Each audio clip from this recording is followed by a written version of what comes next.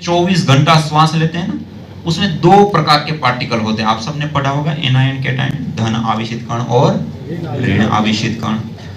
जहां पर शहरीकरण है, औद्योगिकीकरण है, भीड़ भाड़ वाले इलाके हैं, ऐसे स्थानों पर धन आवेशित कणों की बाहुल्यता स्वाभाविक बढ़ती जाती है।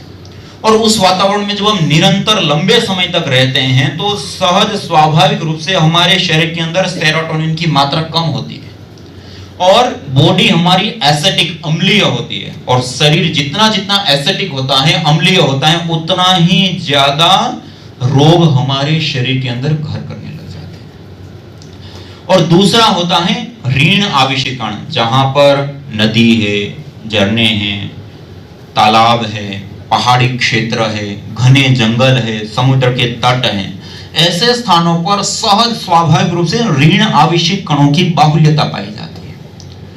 और उस वातावरण में जब हम निरंतर रहते हैं तो हमारे शरीर के अंदर ब्लड सेरोटोनिन की मात्रा बढ़ जाती है। ब्लड सेरोटोनिन वो तत्व हमारे शरीर का होता है जो एक प्रकार का वो गुड हार्मोन्स भी है, जैसे हमें अच्छा लगना, जो अच्छा लगने की जो फीलिंग जिसके माध्यम से आती है, या कुछ करने के लिए जो अंदर से जज्बा सा उठता है ना, वो जिस कारण से उठता है उसका जो मूलभूत केमिकल जो होता है, और उसके साथ साथ न्यूरोट्रांसमीटर के रूप में भी काम करता है। जैसे हमारे सारे मैसेज पूरे शरीर तक जाना और पूरे शरीर से वापस ऊपर तक आना, ये सारे जो मैसेज होते हैं उसमें जो महत्वपूर्ण रूप से भूमिका निभा, न्यूरोट्रांसमीटर के रूप में जो भूमिका निभाने वाला केमिकल होता है उसको कहते हैं सेरोटोनिन।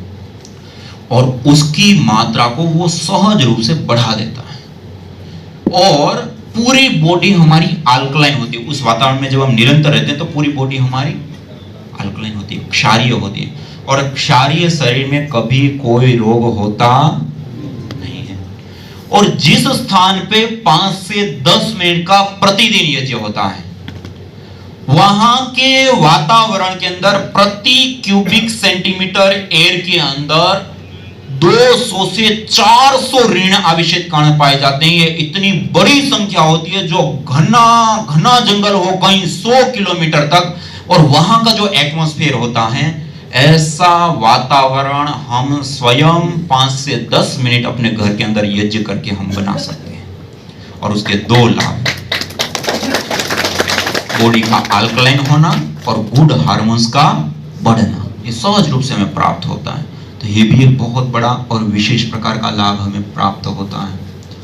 तीसरा, आपने कोरोना काल में देखा सब लोग बहुत सारी समस्याएं आई और बहुत सारा कुछ हुआ, केवल मात्र एक जीव के कारण, छोटा सा।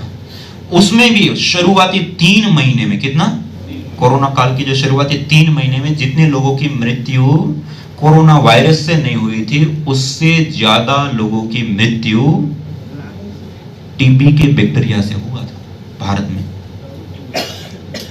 और ऐसे कितने सारे प्रकार के बैक्टीरिया हैं, वायरस है, फंगस है, छोटे छोटे जीव है, जिसको हमारी आंखों से हम देख नहीं सकते हैं, और उसके कारण होने वाली जो बीमारियां हैं उसका आंकड़ा बहुत बड़ा है, बहुत बड़ा है। और WHO के आंकड़ों को हम देखें तो प्रति वर्ष कम्युनिकेबल डिजीज, जो बैक्टीरिया, वायरस और फंगस जनित जो बीमारियां होती हैं, उसके कारण होने वाली मौतों का आंकड़ा 2.25 करोड़ लोग हैं। कितना? 2 करोड़, बहुत बड़ी संख्या है, 2.25 करोड़। और वो कब? आज हम कितने जागरूक हैं, हर चीज को साबुन, शैम्पू, हैंड वॉश, सैनिटाइजर और कितनी सारी चीजों का हम प्रयोग करते हैं, सावधानी रखते हैं, साफ सफाई, आज कितनी जागरूकता, उसके बावजूद के आंकड़े हैं। और वो भी ये वो आंकड़े हैं कि अब बीमार तो हो गए, उसके बाद हमने कोई उपचार लिया, ठीक हो गए, वो तो हो गए, उसके बाद जो मरने वाले आंकड़े 2.25 करोड़, ये बहुत बड़ी संख्या होती है। और जब यज्ञ के ऊपर कार्य करना जब शुरू किया पतंजलि रिसर्च फाउंडेशन में, उस समय हमने जब ये आंकड़े देखे, और इसके अंदर सबसे ज्यादा जो बैक्टीरिया, वायरस और फंगस के कारण लोगों की मौत होती है, ऐसे 18 प्रकार के बैक्टीरिया, वायरस, फंगस लिए हैं।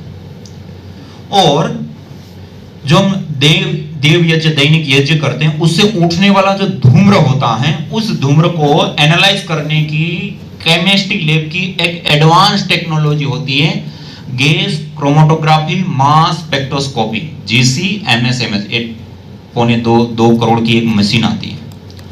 उसके अंदर जब हम ये हवन करते हैं, उसका धुएं को जब देते हैं तो वो उसको माइक्रो लेवल पर एनालाइज करती है और हमें पूरा डिटेल पता चलता है कि इस धूम्र के अंदर क्या क्या तत्व है, कितनी कितनी मात्रा में है और उसका प्रयोग कहाँ हो सकता है या क्या हानिकारक है, क्या लाभकारी है, सारी डिटेल हमें पता चलती है। महानुभाव, जब हमने इसका गैस क्रोमेटोग्राफी किया तो पता चला यज्ञ के अंदर मल्टीपल कई सारे माइक्रोबायल एक्टिविटी देने वाले विशेष कंपोनेंट्स हमें प्राप्त हुए। उसके बाद हमने माइक्रोबायोलॉजी लैब में ये 18 प्रकार के अलग अलग बैक्टीरिया, फंगस आदि को लिया और यज्ञ करके उसके धूम्र का एक्सपोजर 5 मिनट दिया। कितना? आपको